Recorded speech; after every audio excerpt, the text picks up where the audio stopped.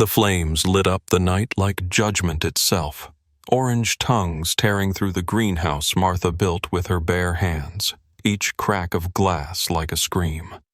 Townspeople stood around the fire, some smirking, some pretending to be shocked, while she stood trembling in her apron, watching every dream she dared to believe in turn to ash.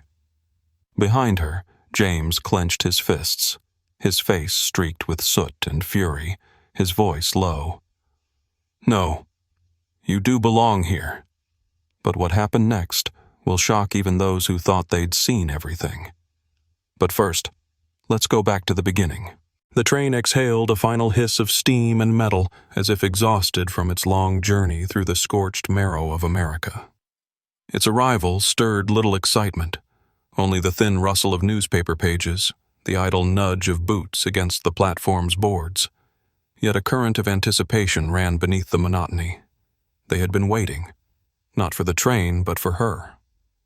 Martha Lee stepped down with cautious grace, her shoes barely skimming the step, as though mindful that any misstep might shatter what little resolve she had left. The Arizona sun hit her like a verdict, pulling sweat through the cotton of her dress before she could even blink. Still, she kept her shoulders straight. Her hands clutched a suitcase whose leather handle had long since frayed. The initials, ML, were barely visible beneath years of wear and hope. Then came the silence, brief but loud. Heads tilted, brows arched. Someone let out a whistle, long and low. "She's bigger than the baggage car," a boy said, loud enough for a ripple of laughter to follow. Martha did not flinch. Not yet. She scanned the crowd with searching eyes, pale blue and rimmed with the fatigue of travel and trepidation. She found him, Henry Wilkins, standing stiffly beneath the station awning. His jaw slackened the moment he laid eyes on her. One heartbeat passed, then another. Without a word, he pivoted on a dusty heel and vanished into the human fog, shame clinging to him like humidity. That was the moment Martha's chin faltered. The first tear didn't fall, but it welled, anchored to the edge of dignity. She remained rooted on the platform, an unwanted gift still wrapped in hope. The laughter crescendoed now. Words like whale, mountain, and mistake floated around her like flies drawn to vulnerability. None of them considered the distance she had traveled. None saw the letter in her pocket, the one she had read so many times the folds had gone soft. None saw the woman who, just a week ago, stood in front of a mirror whispering, "You are enough," as she buttoned her best dress. But one man did. Leaning against the station's rusted water tower, James Carter watched with a gaze sharp enough to cut through cruelty. His arms were crossed, boots dusted from the trail. He didn't speak. He didn't smirk. But his eyes stayed on Martha, not with pity, not with hunger, but with recognition, and perhaps with something else. She was alone, but not unseen. James Carter had long since learned that some things are better left unsaid, not because they didn't matter, but because words too often got twisted on the wind. In war, he'd watched good men die waiting for the right thing to be spoken. Since then, he'd relied on what could be done, not what could be declared. That's why, when Martha sat beneath the blistering sun with her pride peeling like old paint, he didn't offer comfort wrapped in platitudes. He simply removed his wide-brimmed hat and placed it gently on her head.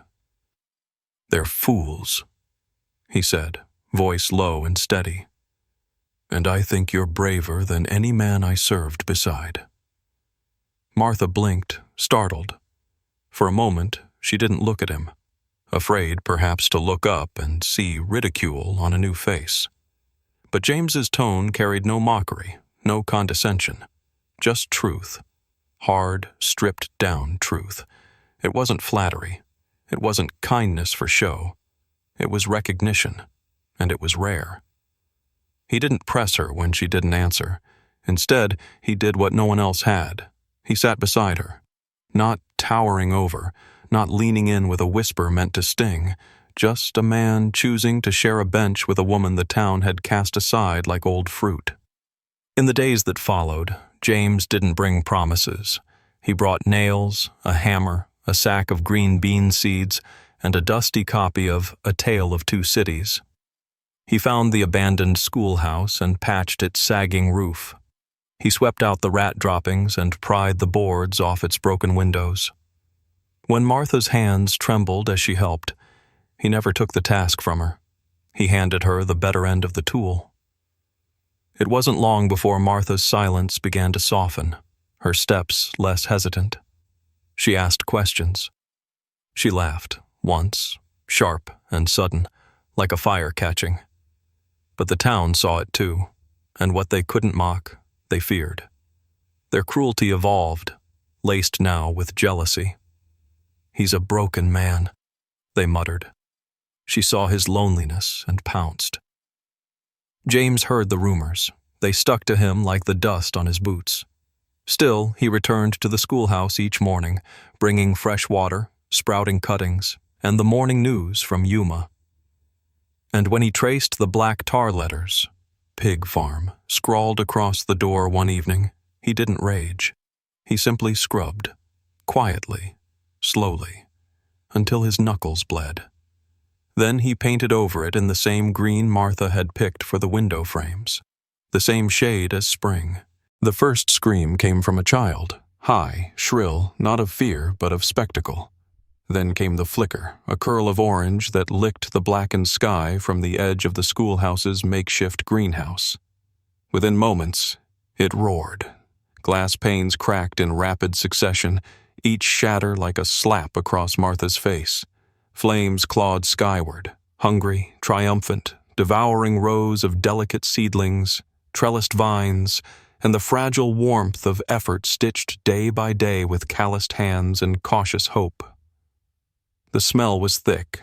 Acrid smoke and scorched soil mingled with the ghost of lavender and thyme.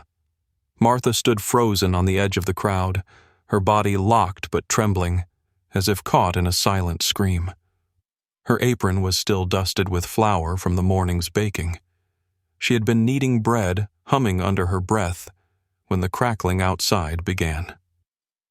Around her, the townspeople had gathered like moths. Some feigned concern, hands on hips and slow shakes of the head, but others didn't bother pretending. One man chuckled through a mouthful of tobacco, spitting toward the flames. A woman elbowed her neighbor and muttered, "Guess pigs can't garden after all." Laughter, real, unashamed, spread like a second fire through the crowd. Martha's lips parted, her voice no louder than a prayer. "I should leave. I don't belong here." James turned slowly, his face smeared with ash, eyes bloodshot from smoke and rage. He hadn't spoken since the fire started. Not when he beat at the flames with a wet blanket, not when the glass cut across his palms. But now his voice was iron-wrapped in grief. "No, you do. This town doesn't deserve you. But maybe, just maybe, it needs you." He didn't wait for permission. The next morning he returned to the charred ruin with a shovel and a plank of wood. His hands blistered as he cleared the debris, alone at first, until a pair of small feet appeared beside him. One of the Parker boys, holding a pail. "For the dirt," he said. Behind him, the town librarian arrived with a box of rescued books. Then the blacksmith with nails and quiet nods. One by one, not many, but enough. The greenhouse rose again. Not the same, but stronger. Built from shared sweat, from spite turned into fuel. And above the new door, hand-painted in bold, unwavering strokes, hung a sign. "Martha's Hope. Healing grows here." A name not of apology, but of defiance. The river murmured beneath the ancient oak like an old friend whispering blessings. Its twisted roots cradled the earth where a makeshift altar had been set, simple, honest, adorned with wildflowers gathered at dawn by hands both young and old. The air smelled of honeysuckle and memory, of soil and rebirth. The townsfolk gathered in quiet clusters, fidgeting, murmuring, this time not with cruelty, but with awe. A year had passed since the fire. A long, hard year that had rewritten unspoken laws in the town's marrow. And now they stood witness, not to a spectacle, but to a reckoning.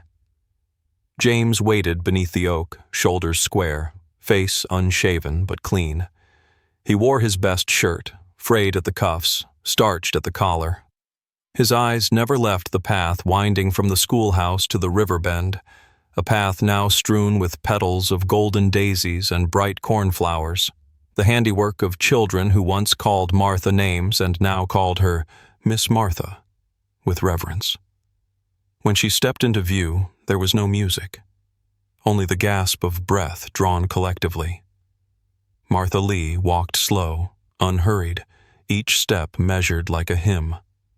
Her dress shimmered in the sunlight, a patchwork of satin and love, sewn over months by the very hands that once pointed and mocked.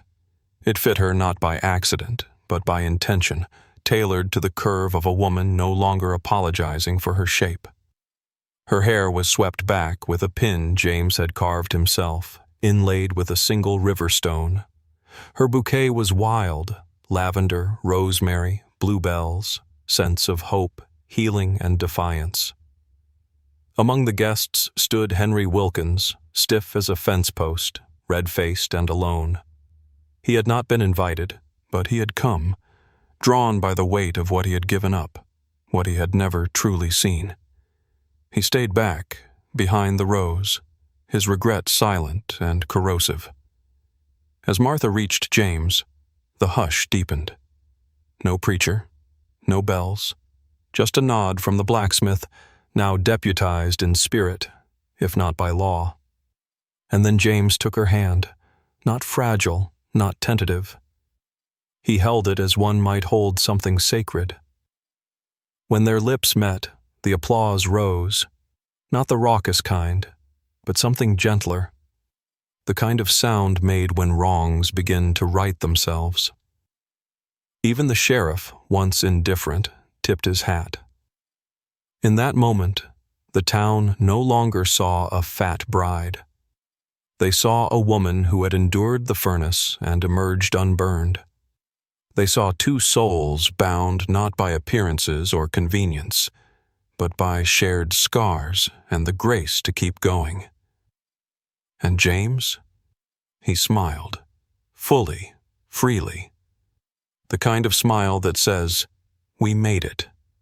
Because out of ridicule, out of flame and tar and whispered slurs, they had grown something indestructible, something the wind could not scatter. Love, real and unshakable, rooted like the oak.